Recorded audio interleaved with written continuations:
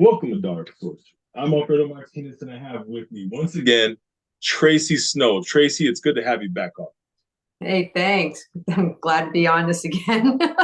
Yeah, it's always fun. And so, how have you been since the last time? Much. Oh my gosh, my life has been a lot better. I don't want to get into too many details, but like at least in my head, Right. and compared to like starting last year and like in October to this October, it has been I felt like I was being tested, and I'm kind of glad I managed to go through all these trials in my life, and then I was able to go over the hump and reach the promised land, I guess, with my mental health, I guess. Yeah, it didn't seem like you were in too much of a good place mentally last time. Like you had a lot going on, but you seem a lot more mellow right now. Yes, well, a lot of it has to do with premonitions and learning to Right. pay attention to it. Okay. I mean, the way I could start off with is that people don't realize that they have a sixth sense, and a sixth sense that sometimes will tell you like you might end up going into a situation that is not good.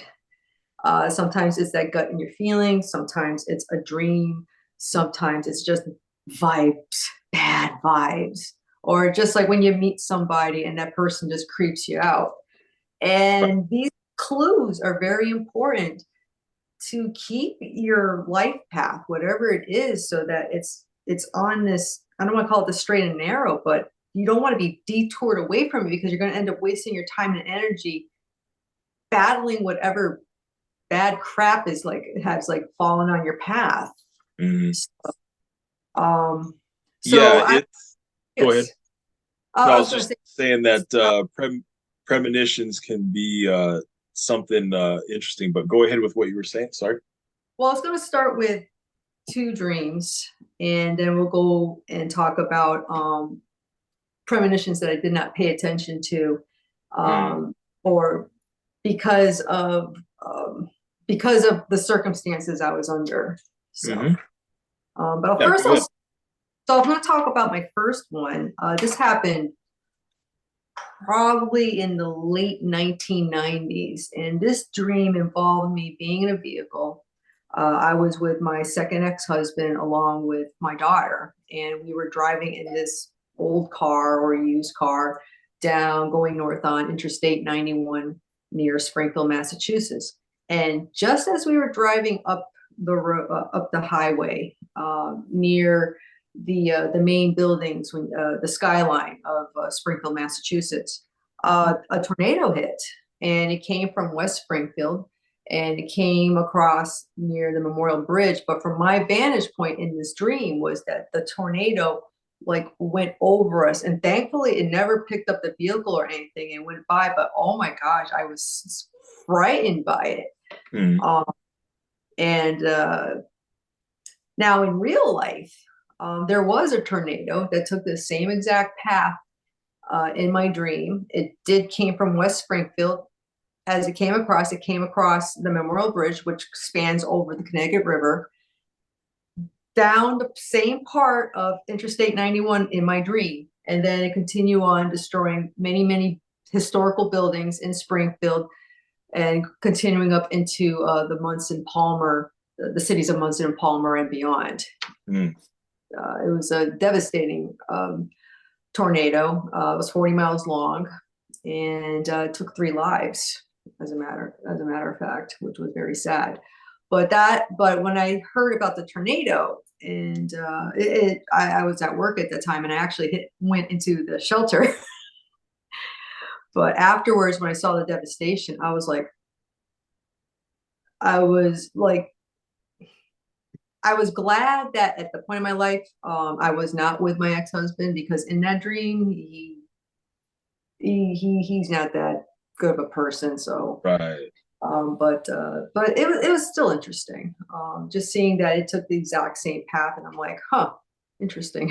Now, do you feel like this is sort of related to a parallel universe concept, that type of thing, or Mandela effect at all?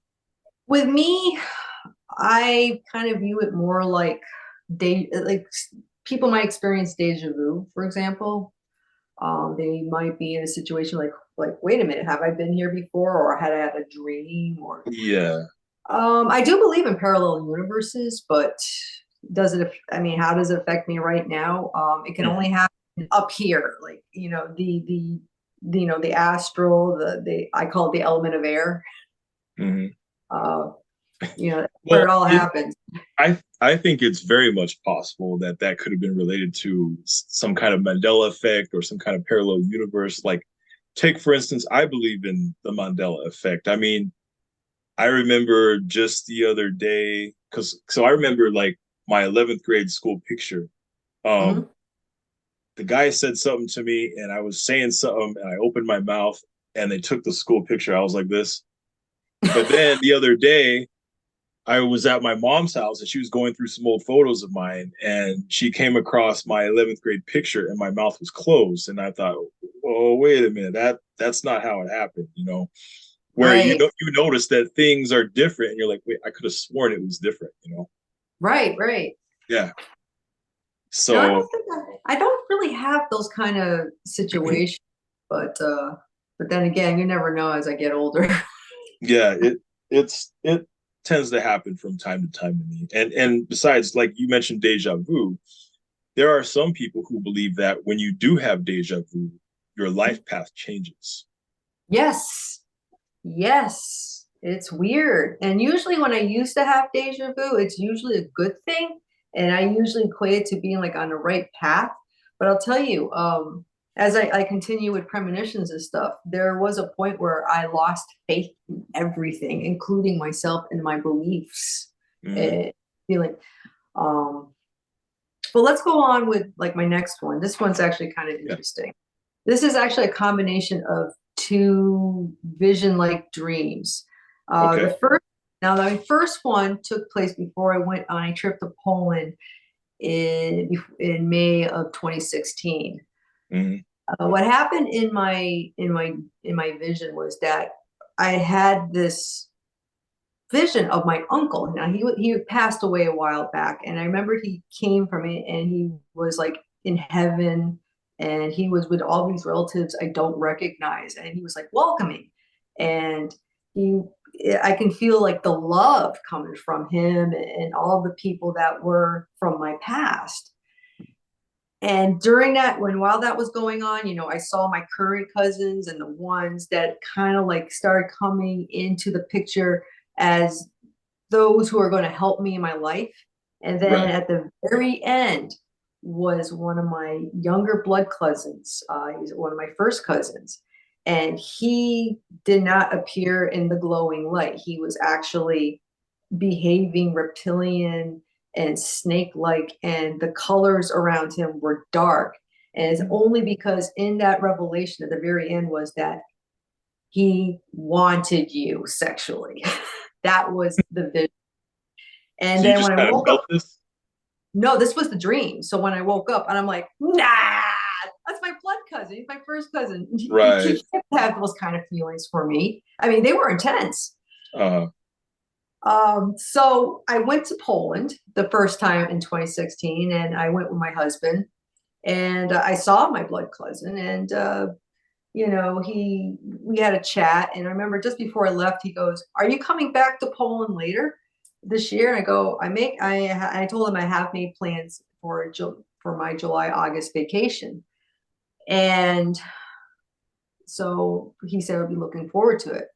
Now, when I went to Poland again in 2016, I hung out with my cousin and his wife, and we went out, and it was kind of weird because he kept plying on the drinks on me, and it didn't seem to be as much fun as I thought it would be, because I remember at one point his wife kind of got annoyed because my blood cousin sat next to me, and then he just had his arm around me, and I kind of like wasn't like taking it serious or anything, but I could right. see she was getting miffed, and I was like, and I was pretty intoxicated at the time, but he's like, okay, we're gonna go home to my house. So I went home, and and his wife decided to retire upstairs, and so we were like talking, like we were downstairs talking on his couch, and we were like talking about a few things that were on my laptop.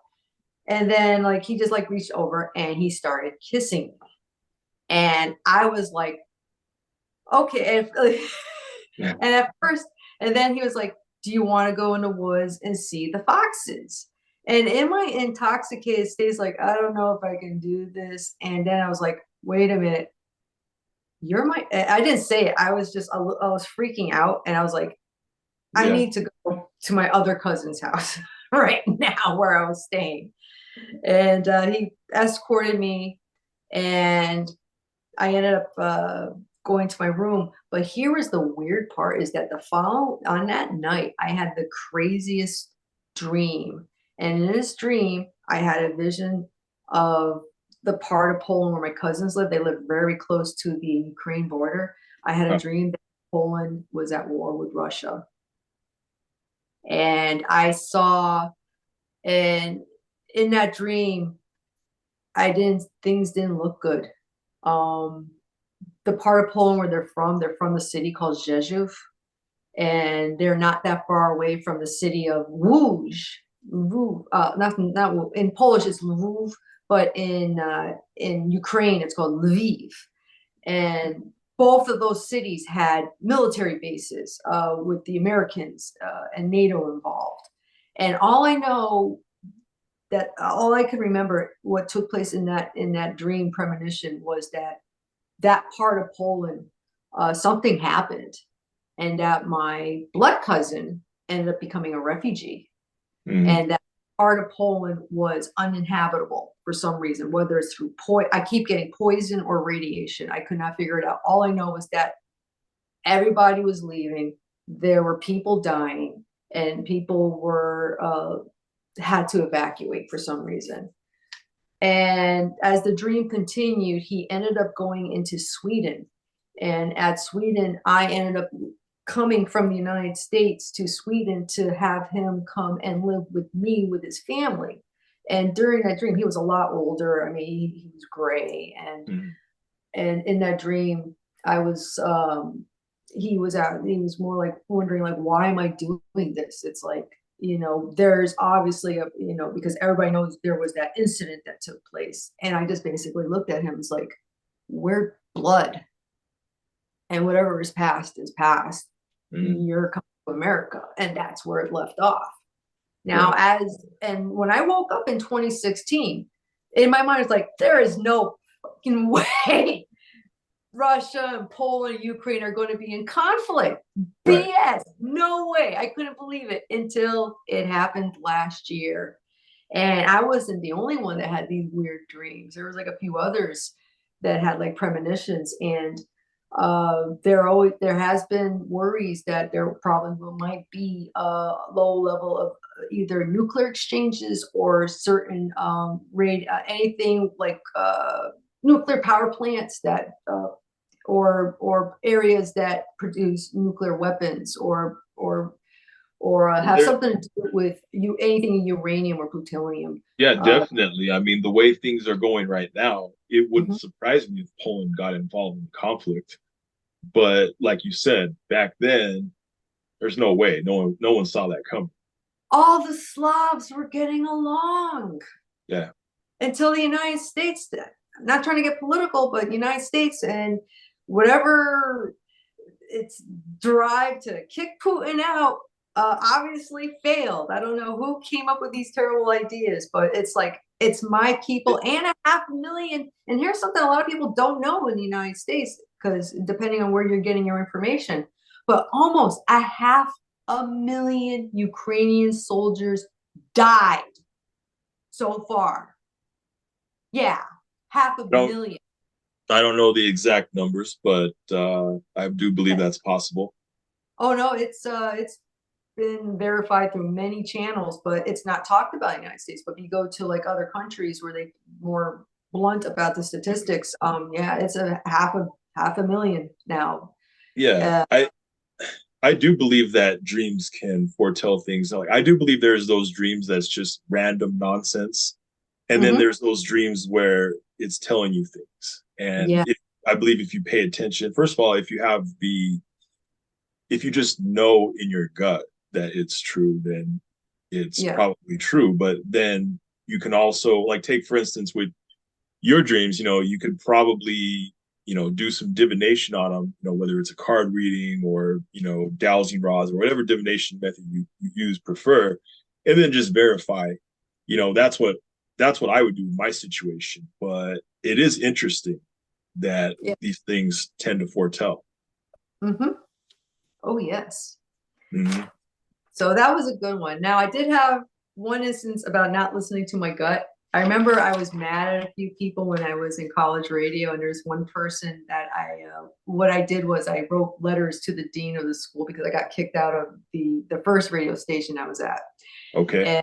And I got mad, so I tried to get back at him, and I ended up writing a letter to the dean complaining about one of the disc jockeys. And just as I was putting it in the mailbox, because this was 1991, I just had this gut feeling like, don't send it. But I sent it, and this person cursed me so bad. Yeah. Oh my God. Yeah, I've had those situations too where it's like, don't do this, don't do this. Do it. Don't do But you it. do it, and then it backfires, and you're like, okay, I knew I was Lesson being told learned. something. Yeah, exactly. Yeah, lesson learned. And those that you really want to pay attention to that, because in some situations it could be a life death situation. I mean, really. Oh, I'm just lucky. It was just a little few years of bad luck, but you know, yeah, pay attention to your gut, people. Yeah, you feel in a sense that it's done and over with, right? Well, yeah, it's whatever happened, because don't forget, even when you do throw a curse at someone, it does come back to you eventually. Mm-hmm. So, Well, yeah, that's a whole nother discussion right there. right. But now speaking of intuition, um, I once heard somebody say that intuition is not something that you think of, it's something that is felt.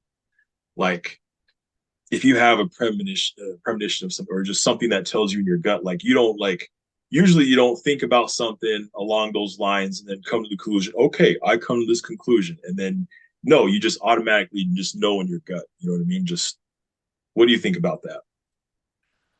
The mind is amazing, and sometimes it operates in ways that you don't even know it's capable of. Um, I don't know if it's just the natural way of your mind processing things in your environment. It's like, don't forget, there are things that we're not conscious of, that's going on all the time in our subconscious. But the intuition part, Right. I kind of, there's a balance between just your ability to reach those aha moments like on your own. Mm-hmm. And sometimes I do feel that, with magic, that you can use the symbols, the application of symbols and rituals to bring in, like, I guess, forces that you can't see to Mm-hmm. inspire, to help, to guide, or bringing in Well, your ancestors. I personally, I think that things like meditation, divination, ritual magic, things along those lines, I think that they sharpen your intuition and Yes. allow you to become more sensitive to those things. Now, one thing they have to keep in mind is that we are all tapped into the collective unconscious. We are Yes. all connected like a web. So if someone wants to, send you a message and have it reach you, maybe, whether it be a dream or some kind of epiphany, it is possible. You Yes. know, I do believe there, yeah, like I said, like a web. What do you think about that?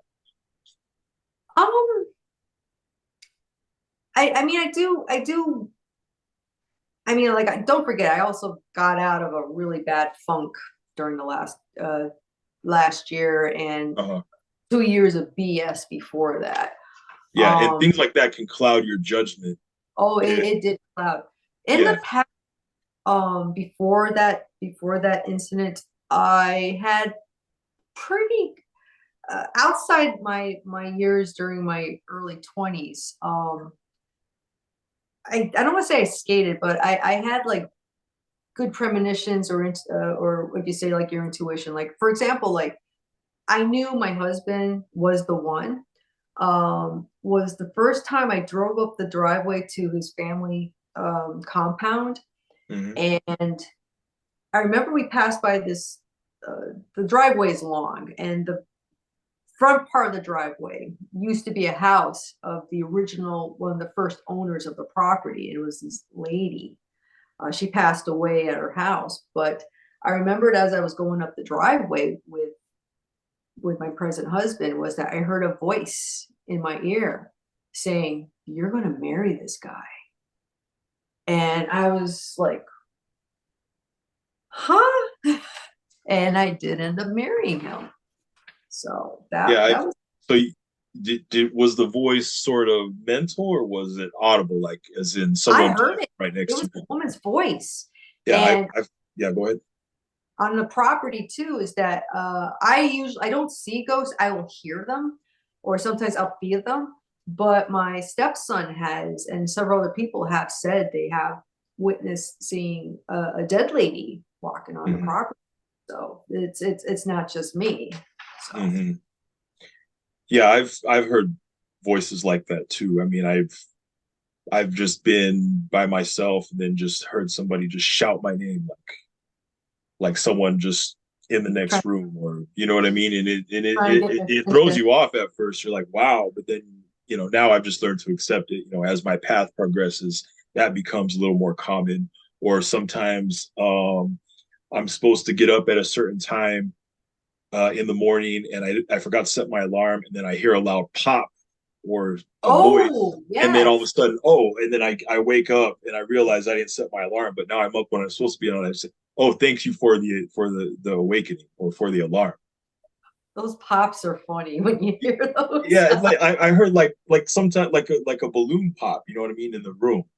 I don't know if that was similar to the pop that you heard. Mine's but more like that's what I heard. Mine's more like a bang. A bang. I've like bang. But pop, bang, voices. Yep. Yeah. Yeah, I've experienced that stuff too. But it's science can only explain so much. People who don't have an open mind or who are not as spiritually attuned as we are, they just dismiss it as, oh, that didn't happen.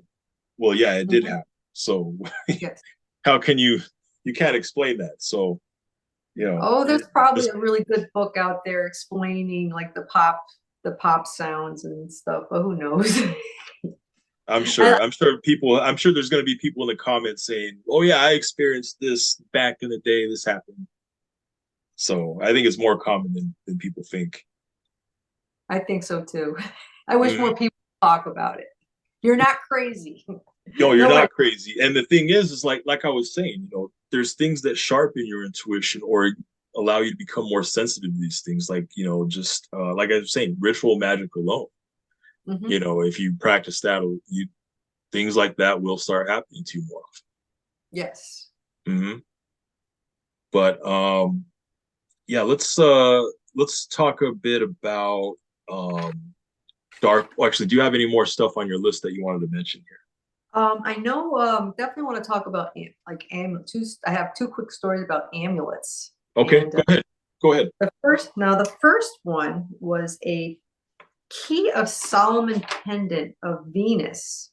And I don't remember, I think it's the fourth pentacle of Venus. And this was during my marriage with my second ex-husband, who unfortunately is, I hate using the word narcissist, but he wasn't a very good person, and he was not a good person to me. He was kind of like a very, you ever met people who are just so immature and they just like push people around? They got away with it because they were able to get away with it when they were little. That's what happened with me. It's like I got pushed around, and I hate using the term like domestic abuse, but yeah, I was in one of those situations. So okay.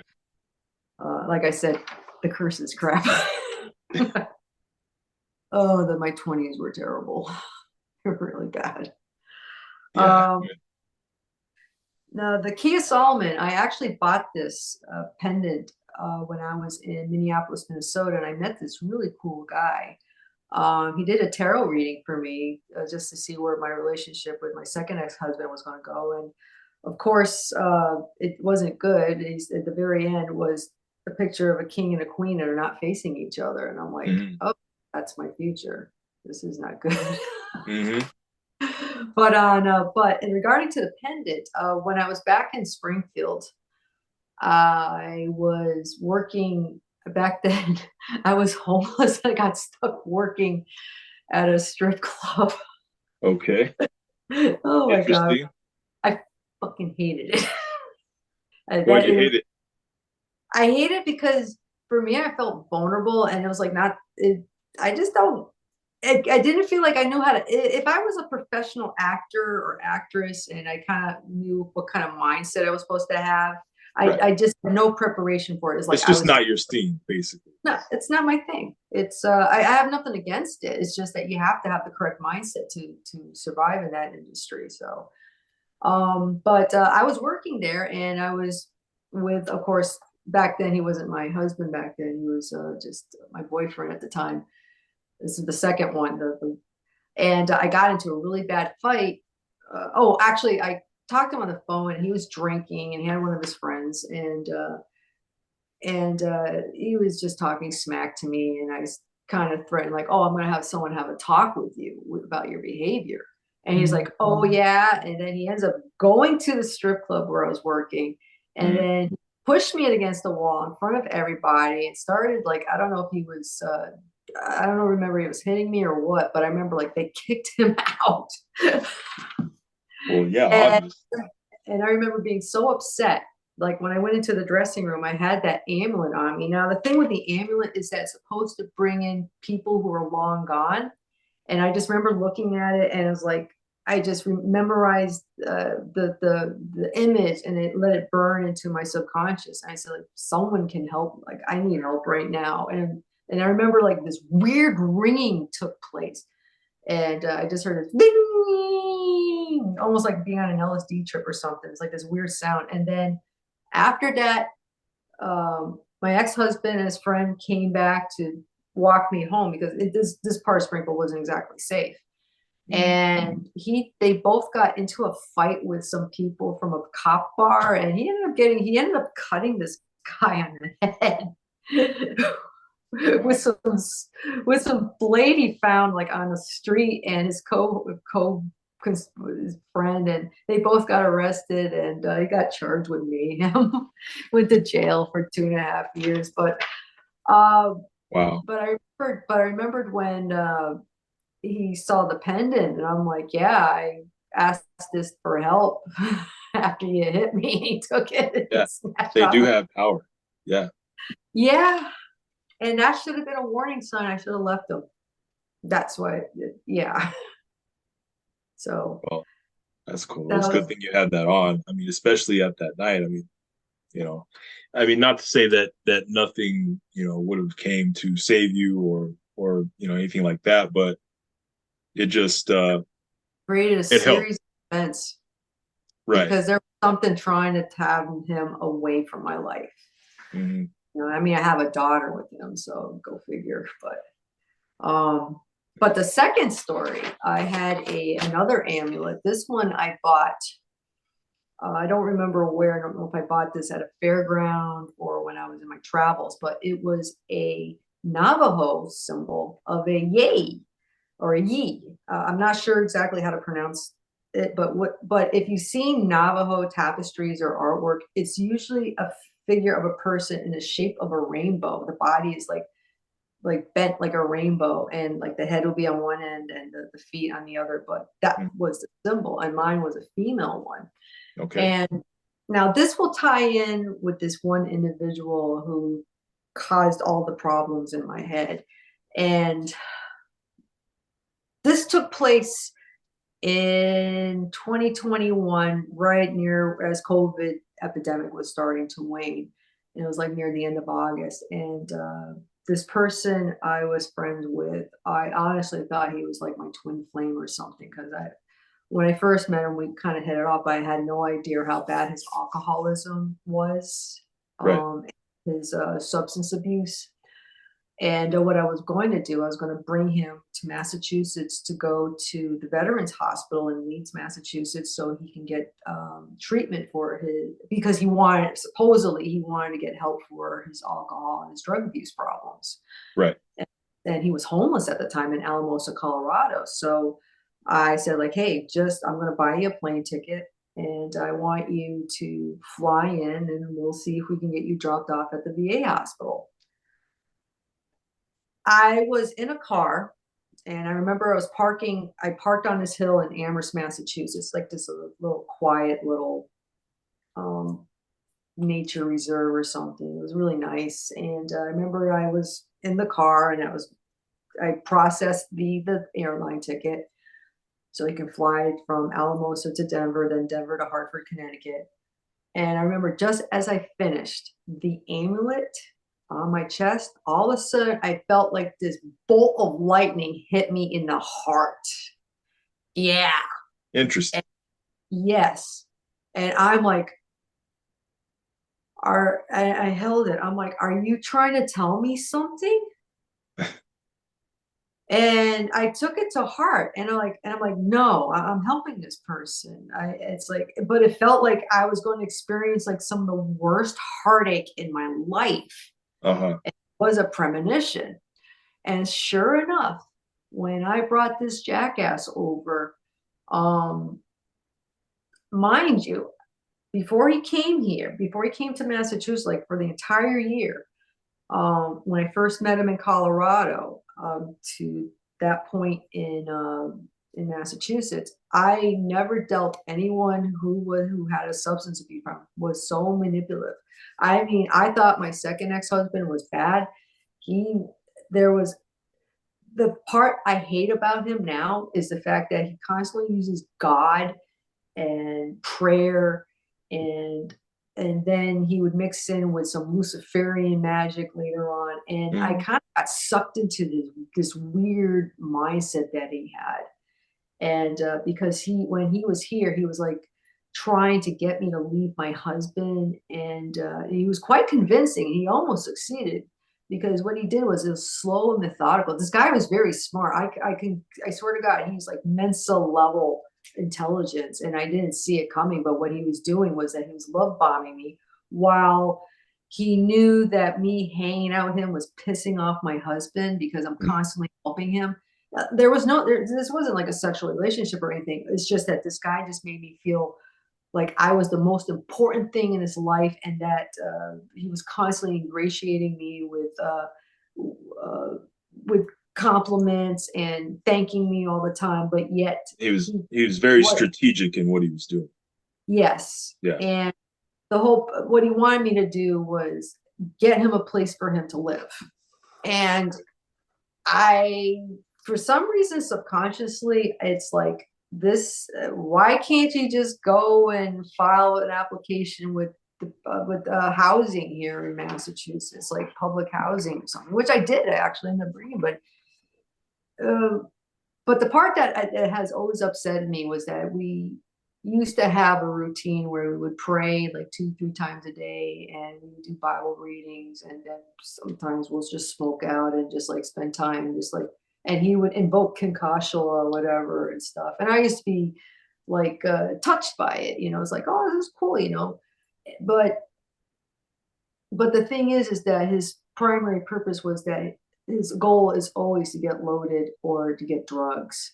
For some reason, he claims like he has this anxiety from whatever his time in the 4 years in the Air Force. Supposedly he served in a sandbox, which and supposedly he was special ops. And when I ask people, or people ask him, like, oh, well, what division were you in? He's like, oh, I can't talk about it. It's like he's starting to realize he's full of shit. And this is where I'm starting to bring in, like, after that premonition, and then I have people trying to tell me, like, Leela, this guy gives me the creeps. Why is he hanging around with you? Why are you wasting your time helping this guy? This guy is not giving anything back in return with all this giving that you're doing. You're giving, you're spending your own money, you're helping him have a place to stay, you're helping him, you're giving him rides. And the very end, I remember last year in October, he basically lied to me that he was going to Virginia to be at a safe house with some girl or something that supposedly was his cousin or something that was a psychologist.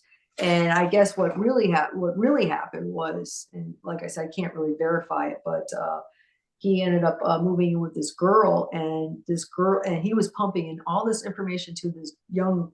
She was 32 with a disabled kid, and I know why he hooked up with her, because she has 2 social security checks, and so he's using her. And from what I can gather was that he just had nothing positive to say about me, that I supposedly I threw him away like a dog to the VA hospital, and that I was All right, mean. go ahead. All right. So what ended up happening with me was that I hate using the word brainwashed, but that's what was going on. And when this person like left, got out of my life, he really made it, he made sure I felt his presence gone, like hardcore. And I didn't understand what was going on in my head at the time, because it was what he was doing with me on a daily basis. And what happened with me was I got addicted to having him around me, like someone who was addicted to like morphine or heroin or Laudolin or something. It ended up becoming a habit that I needed his constant attention and praise and the prayers and stuff for me to keep going in my life. And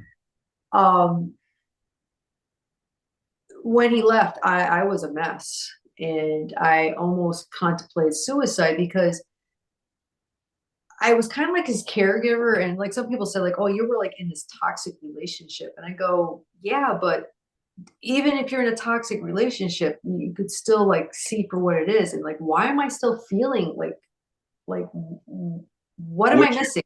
Would you say that you were kind of in denial being around him, knowing that was a situation? Oh, I was in denial, big time.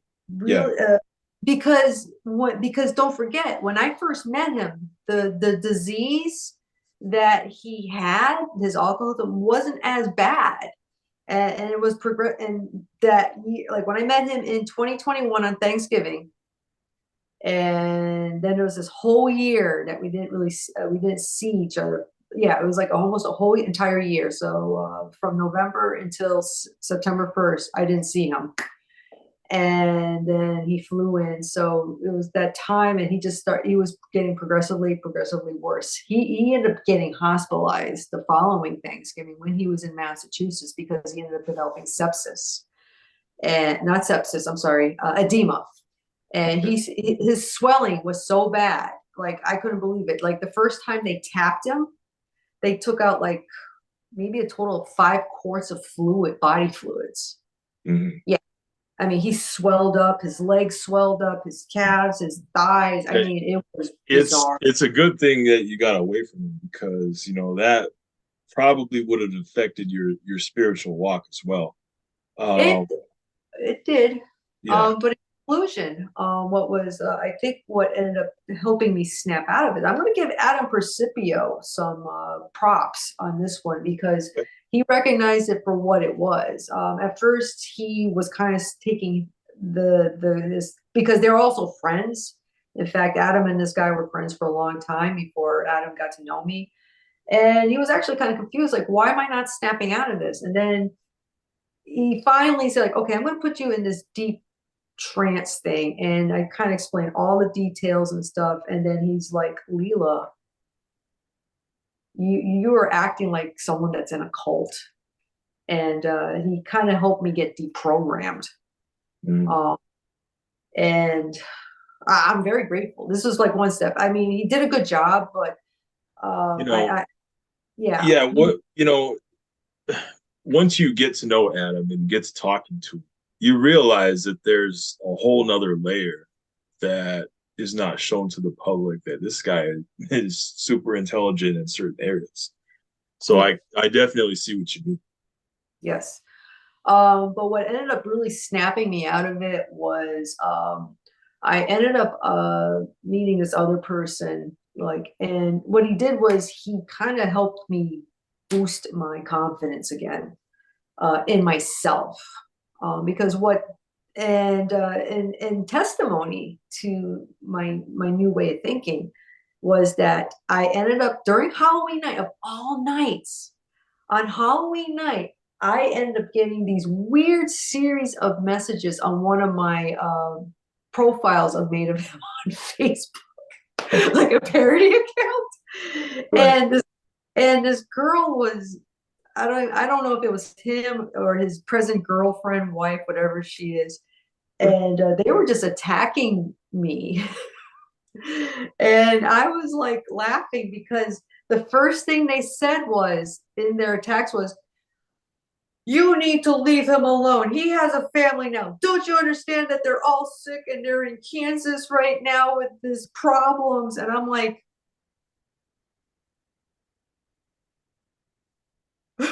That what am I reading? Like, came out of nowhere. yes, it did. And then on top of that, they're just making fun of my show. They were making fun of me in the picture of me sitting on Baphomet's lap in at this temple of Yeah. the Satanic Temple and stuff. I mean, it was they were taking everything they could to shred me. And like but this year, nope. I was like, because in my mind, it's like all I had to do is go back to this time, this new time, where I have this happy thought in my mind. I'm like, nothing you're going to say or do is going to flummox me. Mm-hmm. Absolutely not. Go fuck yourself, sick dog. That's If you're attitude to watching, have. and your stupid, snarky girlfriend who is enabling your drug addiction in front of your daughter. I mean, the guy is not well in the head. It's like I kind of catch bits and pieces of it on the internet, but he has hidden himself from the internet very well. And unfortunately, his alcohol, he has wet brain, and I could tell. And this girl's enabling him, and you know what? I don't care at this point. You know, sometimes people like that just tend to have blockages in some of their chakras, which, you know, sometimes allows them to be like that, or, you know, doesn't allow them to, you know, and I guess sometimes it just comes down to they just don't want to change. You know, they know they're headed to an early death, and it's like, you know, they're just in denial themselves. And it's really not good to be with somebody like No, and for me, it's like, for me, I'm not exactly sure why he latched. I mean, because when he did latch on to me, another thing that people have said was he acted like a lost puppy when he's around me, and like a lost puppy following its new owner or something. And for me, I was, and oh, and another thing too was what really changed his personality.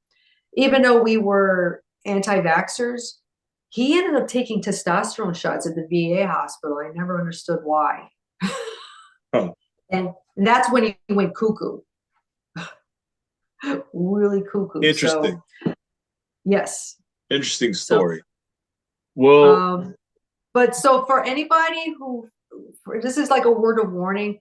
If someone is love bombing you, but yet are, because don't forget, he was abusing me at the same time. What he would do is like he would love bomb me, and then he would do something to withdraw the love, but it was so subtle. And like I said, Adam saw it for what it is, and he really tried to help me. So, so thank you, Adam. You know, props to Adam. yes. All right. So, in closing, let's go ahead and talk a bit about Darkwave Radio. What's going on with your radio show? You said things have changed a little bit with it. Oh, a lot has changed. I have two new guests. One is an old high school friend of mine. He kind of like started going on the show when I lost Bunny. No, you remember Bunny? I remember. Yeah, Bunny had some personal problems, and so he unfortunately cannot be on my voluntarily decided not to be on my show, which is unfortunate. And my friend, I have this new guy called, he called himself the Irish Superman. And so he's now my regular co-host, and he's a nice balance to me. And this second one has just kind of started like a few months ago. He's a transgender person, which I knew since he was a teenager. He's now 42 or 41 or 42 right now. Okay. And he goes under the moniker, he's just real name, his new name, because he transitioned to a female, is D. Weatherbell. But Weatherbell or Weatherman or something like that. But anyway, he is known as Baphomet Prime as my co-host. We're still doing the Darkwave Industrial, but with Baphomet Prime as in part of the mix, we've been doing a lot of video game music, dark music, more music from the past. Unlike mine, I kind of try to stick to new releases with Irish Superman. But I've also been incorporating some of your whatever you have managed to post on Dark Sorcery, and I Dark usually Sorcery try to, interviews and yes, videos. Like I had one with you and Ale with Ale, Gazela Mali and Gian. The three of us, Religion and the Occult was the 2 video series that we did. Oh, that was good. Yeah, it was a lot of interesting stuff. We had a lot of fun doing that. Yes. And yeah, that's cool that you play Dark Sorcery interviews and videos sometime on your radio show. You got a good mix of stuff on it. So I encourage everyone who's watching, if you want to check out Darkwave Radio, Traci Snow's radio station, link will be below in the video. The link will be below in the comments below this video. Yes. So I'm on Thursday nights from 9 to 11 Eastern Standard Time on WXOJ LP 103.3 FM. But if you are not in the area, you can go to www.valleyfreeradio.org/listen, and you'll be able to link on. And we also have 2 weeks of my shows archived on Valley Free Radio, but you can also listen to past episodes on SoundCloud. It's Traci Snow. Just look up Traci Snow and you'll find me. Okay, I'll have both those links below in the video description. But Traci, it's been fun. Thanks for coming on again. And everyone who's watching, like and subscribe to Dark Sorcery.